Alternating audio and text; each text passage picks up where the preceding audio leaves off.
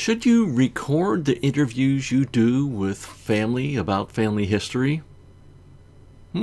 Well, we'll talk about that in 5 seconds.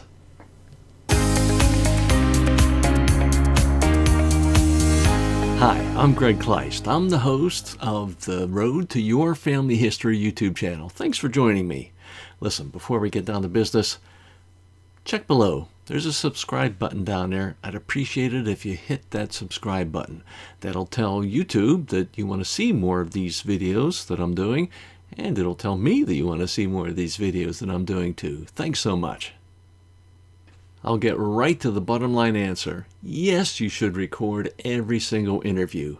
And why is that? Well, you are not going to remember everything that occurred during that interview, especially the little details. So, yeah, that's why we need to record it. Now, each method really has its own pros and cons, so we'll go over each of those. Okay, the first way you could record an interview is by writing. Now, if the subject is afraid of technology, you're not really going to have much choice on this. This is the way you're going to have to handle it. You're going to have to sit down there with a pencil and paper or a pen and paper and take notes as the interview goes on. Now, I'm not crazy about this method of recording the interview. Like I said, if it's the only way you have to do it, then you're going to have to do it that way. But really, this is going to take attention away from the subject. You're going to have loss of eye contact. The subject's going to think you're not paying much attention to them.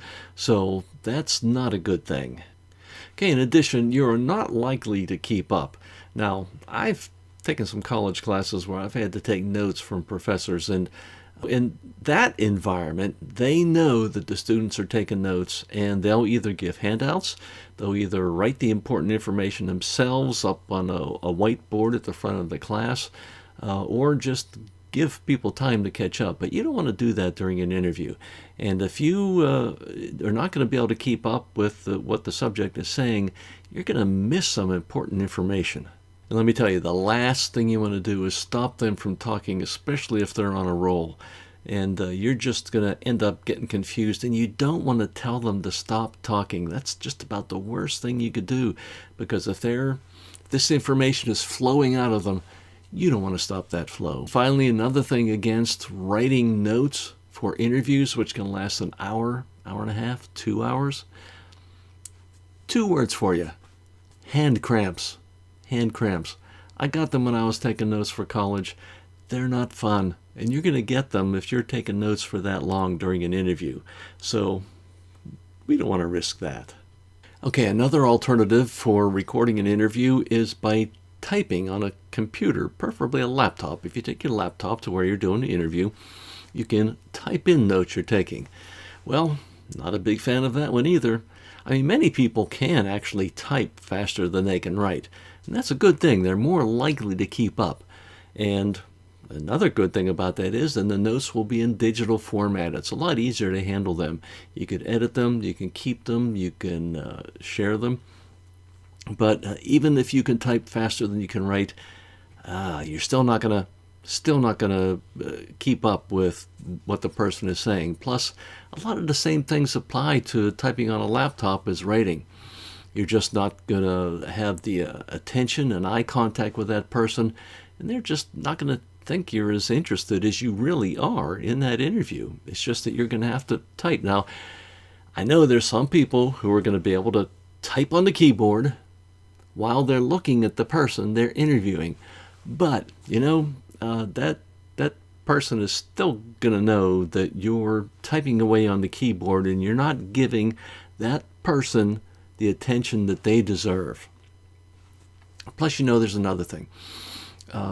There's going to be some noise from you typing on a keyboard. Now, there's some very good, quieter keyboards. I know in the old days they used to click, and that really made a racket. Now, most of them don't do that now, and they're fairly quiet, but you're still going to hear that typing going on, and the person you're interviewing is going to hear that typing going on too. And that's just going to be a distraction. And depending on the surface that your laptop is on, wow, they could really make a big racket. Plus, once again, the hand cramps come into being. Maybe not as bad as if you're handwriting notes, but you're still going to get those cramps if you're not used to typing almost continuously for an hour or maybe more. You can record the interview, video record the interview, which actually, sounds like a good idea. I mean, you're going to have a digital record of the subject's appearance and voice. Just think maybe your grandparents or great-grandparents get to see what your grandparents looked like and sounded like. So, man, that would be such a great thing. Wouldn't you love to see video and hear your great-grandparents or great-great-grandparents speaking and see what they look like? Oh man, that'd be so fantastic. Plus, you can go back and review for information you might have missed during the interview. Or maybe review it just to see some gaps that you might want to follow up on later. That's great. You can review it as often as you like. And you can also share it, of course, with family members. Now, you could also edit that video to go faster or slower if you want, especially going slower. That really facilitates transcribing an interview if you're so inclined to do that. It's not a bad idea. It's a little time consuming, but if you have the time and the energy to do that, that'd be a great thing. Now, some bad things is the amount of equipment that can go along with videotaping. Of course, you've got the video camera. What else have you got? You've got a tripod, probably. You've got a microphone that can really go anywhere. It can be mounted right on top of the video camera. It might be hanging down above the person, maybe on a table, maybe one of those clip-on mics.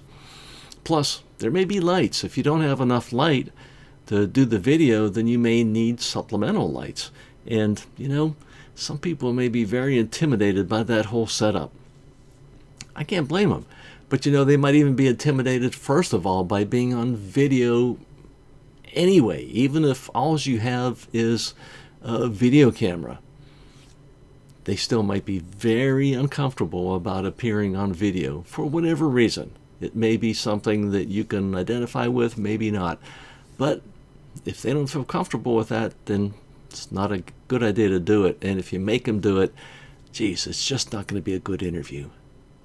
Plus, another thing is you have to know the limitations of your equipment and what it's capable of and what it's not capable of and what it's going to need.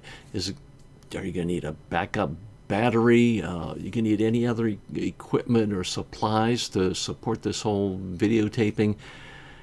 It's a lot to keep in mind. Finally, my preferred method of recording the interview is just by simply audio recording.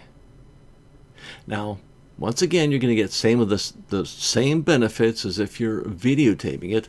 You'll have that digital record of the subject's voice. You can review it for missed information or little nuances or holes of missing information that you might want to fill in at a later date.